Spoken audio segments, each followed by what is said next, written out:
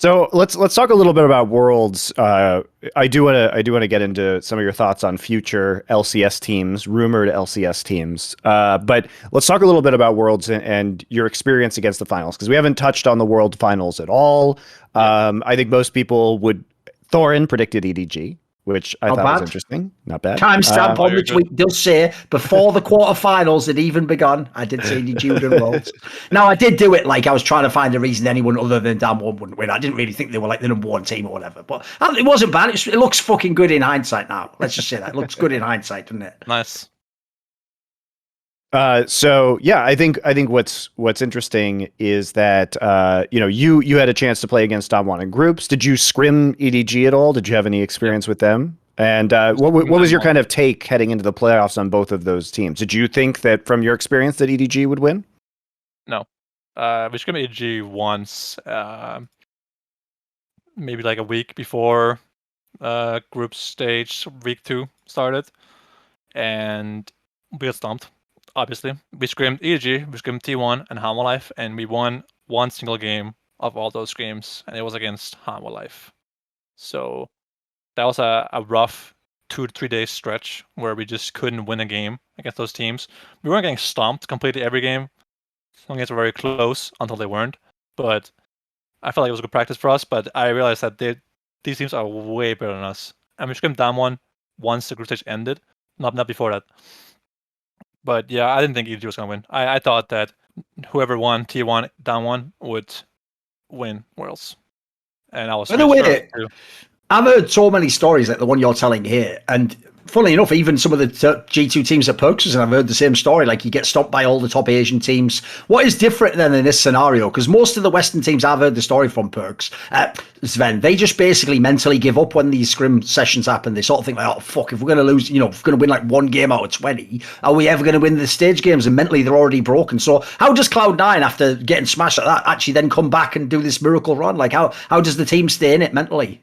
I mean, I can't speak for everyone else, but for me personally, I've been there before. In Origin, we didn't win a single scrim game, even in quarterfinals. We were scrimming against the left side of the bracket, which was like KT, it was Coup Tigers, it was Fnatic, and we could not win a game. Like, not one fucking game in a whole week before our quarterfinal against Flash Wolves. Wednesday against Flash Wolves, and we won. Sure, maybe they were a weaker team than most teams were. They were like top 6 probably in the real world. But the point is, scrims don't always mean you can't win on stage. So for me personally, I don't mind getting stumped in scrims. It's fine. You can always learn from your losses. There's this quote from Reaper is, did we win or did we improve? We improved a lot today. Okay. So I think it's just about keeping your head high, and if you get stomped to the pavement every game, then sure, you can't learn anything. But if the games aren't like complete stomps, you can actually like lane and play mid game, and then you get outplayed in team fights or in macro, that's fine. You can learn from that. So I think it depends on how the games are going, because losing doesn't mean necessarily that you can't learn. But if you get stomped really, really hard in lane every game or out jungled every game, then you might suffer from it morale-wise. So when you look at the actual finals, and a lot of predictions were there for kind of 3-0, 3-1 Damwon, they were looking extremely strong. You would say that the T1 versus Damwon series is kind of a cleaner series than what we had seen between Gen.G and EDG. Yeah. But EDG still had some really core strengths.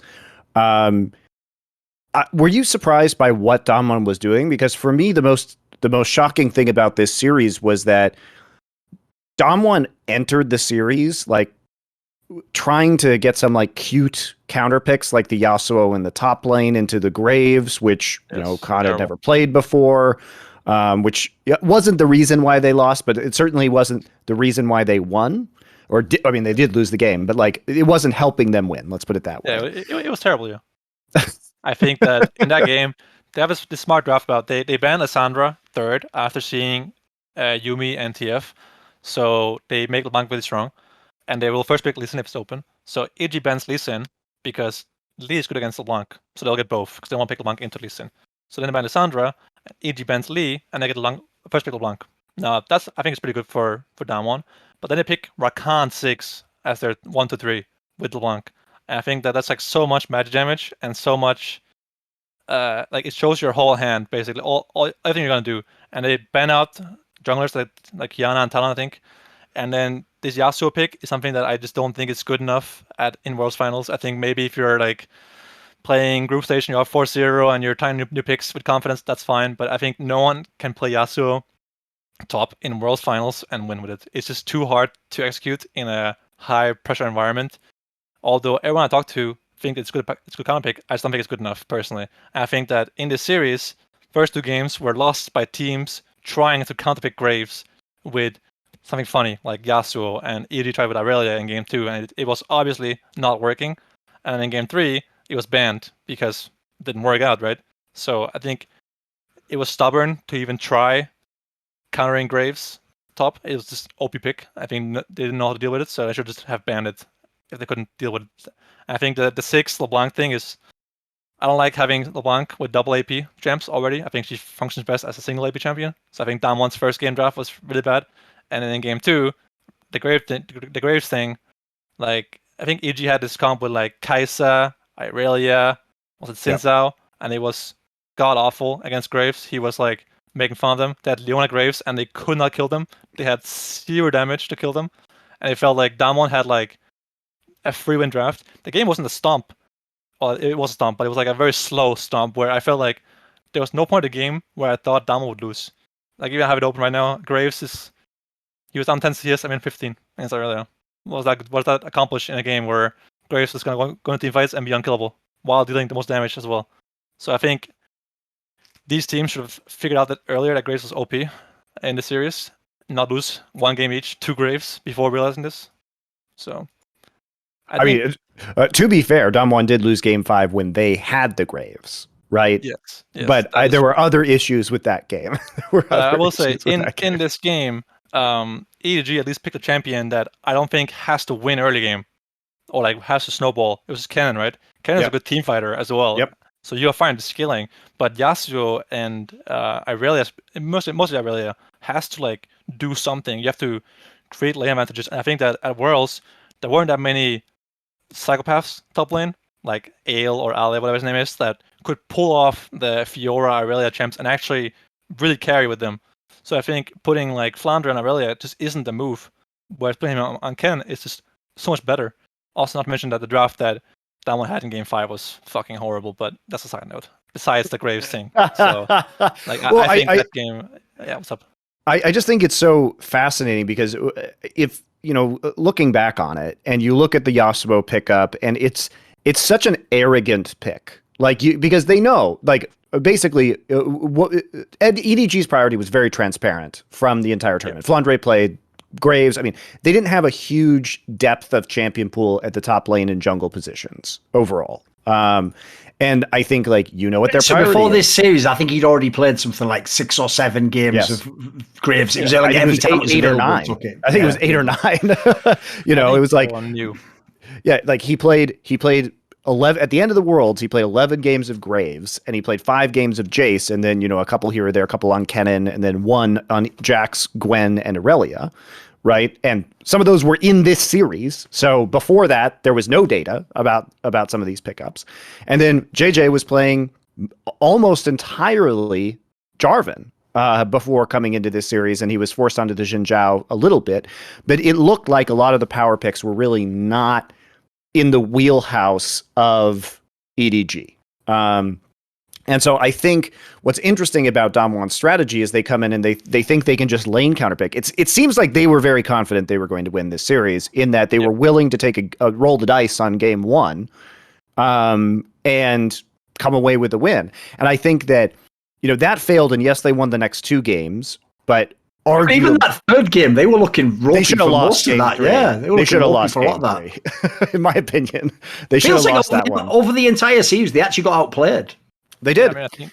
And they got into their own head. And by the time we get into game 5, it's like, yes, I know the Kiana and the Talon and the Lee Sin are banned, but the answer in game 5 of a series can't be Canyon on a trundle. That is they just played so scared a lot of the times. Like they want to play wave clear in the bot lane. Like they were taking insane gambles. That Baron in game 5 was a crazy roll of the dice that ended up working for them. Not enough to get them to win the game. But I think that was just kind of like a little window into their mentality. Because it was like they felt like they had to take such insane risks, or like they didn't know what to do against EDG. Like they didn't know how to stop them from having impact on these picks. And instead of playing to their strengths, they were playing like cowards. Like frankly, like these are fucking cowardly drafts. I don't get it. I think that for the game 5 draft first, let's on topic. I think that I like 6 into Aphelios. I think it's very good. But I think 6, Leona, Syndra together is terrible. Double AP, 2 mages. No one can Zilean well against anything. I think you have too much Mercs value, and you pick Trundle jungle. You need to have like Kiana or Talon or Zed. And I think Ken already showed that he's not very good at Talon earlier in the series compared to like even the one-tricks in the US are really good at Talon. I think that Ken just isn't good at that champion at all. I think he played it in the series as well, and he wasn't very good at it. So I think picking so much AP early is bad. And then Trundle jungle didn't do anything the whole game either. I think that Baron call was actually really, really good by Damwon because they were so screwed in that game. Yeah. And that No, it was, but almost, yeah, that play almost won the game. Well, won the game, so always but they gave them a chance at winning. And I think it's just for drafting this series, I feel like it was kind of obvious what champs were high priority very early on in this series, and they just ignored it. I think that in game 3 they should have lost for sure, but I think Damwon pulled out some really good team fighting, especially Khan Showmaker had some really good moments in that series, in that game. So I think the series did deliver overall, but I think the first 2 games were like almost lost in draft, and game 5 was very underwhelming. But I think that's a very common trend of Worlds game 5s, where game 5 is a complete stomp in one direction or the other. Yes. So I feel that's how it is. But regarding the thing with Yasuo with being cocky and stuff, I think that these teams, they scrimmed like G2 Star roster, they scrimmed Team McDonald's with me in it, and they didn't have much scrim practice, right? So they spent a lot of time thinking about draft, what to draft, how to do whatever, right? So I'm sure they all knew what was going to happen in the drafts in this series. And I'm sure Damwon agreed that we have to play this champ top for the draft to work.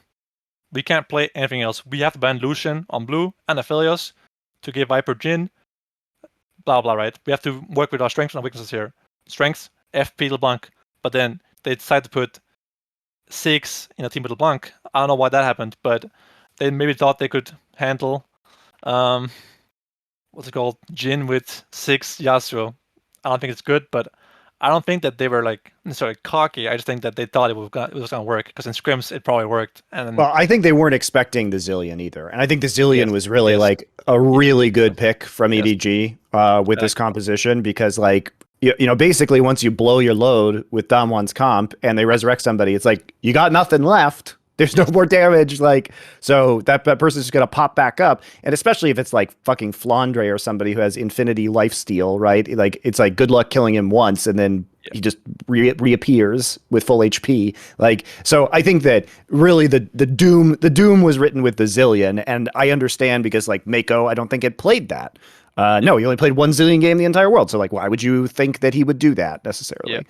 But played a lot of games in the other series, T1 Damwon, I think. So I think they could expect it. But sure. It was a really good pick, I think. I think the main problem Damwon had in those games was that they chose Showmaker over Ghost when Showmaker has more things available to him. For example, in first game, they banned Lissandra on 3 to first pick LeBlanc to give Showmaker an advantage. But I think they could just not ban anything and just give Ghost Jhin first pick, which for him had worked so well the tournament, right? It was a good pick for him the whole tournament, and they won with it in game 2 as well. So I think don't give Ghost a situation where he has to play 6 with LeBlanc against Jhin. 6 is kind of pick to like Ashe or Varus or Aphelios, you know, immobile champions, not Jhin who has long range tools, and then you give them a free angle to pick Zilean as well with your Rakan blind pick. 6 Rakan gives you so many opportunities to pick Zilean or Lulu, free enchanters that scale really well. So I think they should not have chosen Showmaker's LeBlanc over Ghost's Jhin in that game, for example. And I think that picking triple AP first 3 champions cannot be good. It just can't be. And I think it's so bad. I think that they realized this later on in the series when they started first picking for different people and letting Showmaker play, whatever was left, like they did in game 2. They picked Malzahar, I think, right? In 4-5. Yes, and I think that was really good. And then they picked, was it Sylas into TF as well? Because by giving them TF first pick, allowing Ghost to first pick his choice of ADC, Aphelios in this case, and let Showmaker play something secondary because he's so much better than Ghost. Okay, like so much better, but he's better, right? He's the best player they have, I think. So he can always make up for someone else having a S-tier champ. So I'm having trouble saying what I'm. It totally makes sense. They give Scout the best champion in the game, TF first pick, but they get Canyon Lee Sin and they get Ghost his preferred choice of ADC, giving them advantages. But Showmaker can still play Sylas. I think of all people in the world I would trust to play Sylas into TF, it's him. And he made it work in that game too. So I think that's the better strategy for them to win the series than to try to first pick LeBlanc and then have to play like 6 into Jhin. That's fucking useless. So there also wasn't like a high. I wouldn't say that the champion pool. Now Scout and Showmaker can probably play anything, right? But the champion pool and the preferred styles, there wasn't actually significant overlap over worlds. Like Scout played more Ryze and Zoe than anything, and Showmaker was primarily focused on LeBlanc and Syndra, right? And TF to a lesser degree, but he also played like 6 other champions one time. But I would say like the champion pool overlap in terms of not what they can play, but what they want to prioritize wasn't really there. So it felt like there was open space in the draft for Showmaker to get something that Showmaker is good at, right? Without necessarily prioritizing it as a first pick. Dude, one narrative that never survived this final is because after Damwon beat T1, most people just assumed Damwon's going to win. So they already skipped ahead and they were like, right, so they're going to have a dynasty and back-to-back worlds and, it's Showmaker versus Faker and all. And in this conversation, I heard a whole load of people throwing around like, and maybe Canyon's the greatest jungler to ever play League of Legends. He wasn't even the greatest jungler in this final. Like, you all forgot, because here's the thing. That's actually, in my opinion, the biggest difference between EDG. When I watched them in LPL, the Jiejie guy was nowhere near as good as this. Like, almost in the entirety of Worlds, he got, like, some mad world stuff. Like, every series I saw him playing again, he was always getting, like, slight edges on people, loads of smart moves, great pathing. Like, this guy was, like, what a fucking transformation of a player. He was really great in this final as well. Yeah, I think his game 1 Jarvan was really, really good. And I think, in hindsight, they banned Jarvan, I think, in game 2 after he carried first game on Jarvan, and they realized, shit, guys, maybe we shouldn't ban Lissandra to give more power to mid just ban Jarvan so we can not get rolled by this guy's Jarvan. And then even in game 4, he played Viego against Talon, I think, and he was really, really good. He invaded early game, he got himself two crabs, and he was... That game, their dueling was actually struggling really hard in bot lane. They had this Lucian Nami trade where one team picked Nami, one team picked Lucian, and that game... the bot of EDG was actually suffering really hard against Damwon's bot lane. This is what I'm talking about, though. Is it's like it felt like the whole series. It just felt like Damwon was trying to neutralize EDG strengths instead of playing their own. That Lucian, look, you're a professional fucking AD carry. Tell me about the Lucian Nami lane. Like, what the fuck is this?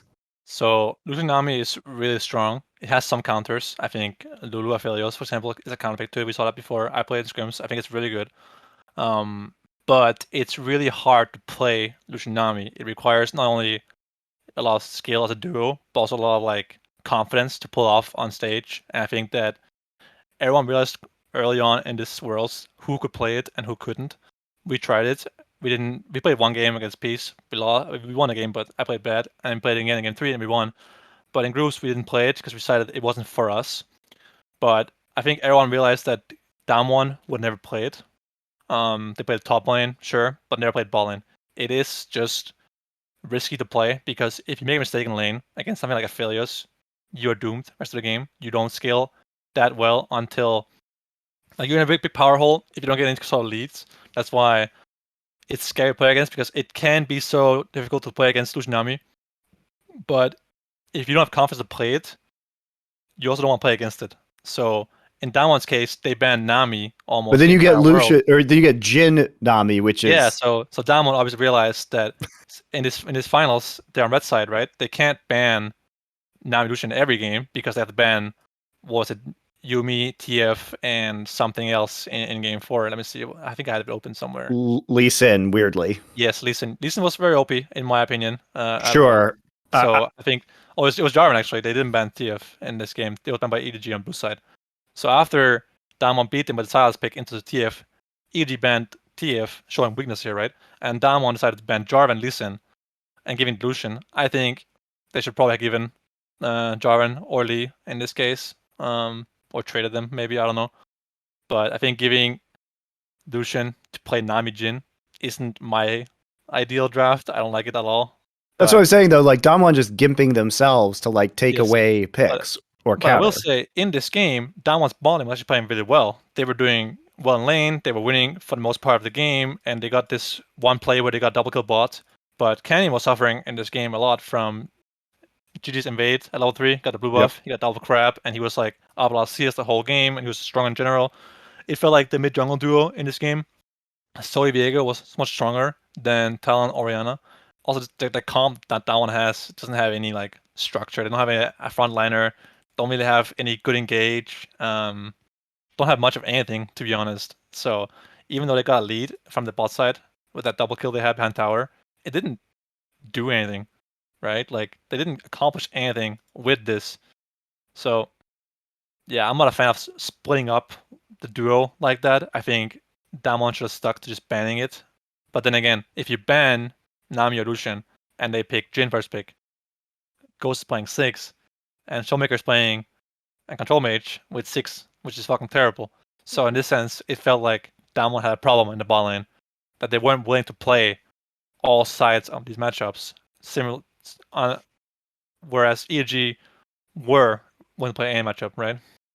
So, yeah, it's hard to say. I think EDG banned Aphelios to pick Lucian first pick, and if Damwon bans Lucian, then they pick Jhin first pick, and now Ghost is fucked anyways. So EDG had a good read on how to fuck Damwon spot lane in this draft in game 4. Damwon did some sort of like weird trade, Lucian Nami, and it worked for them, but the comp suffered, in my opinion, from it. So, want to see more cool, funny, interesting clips based on topics from my content? Well, subscribe to this channel then, or, be a pleb and don't.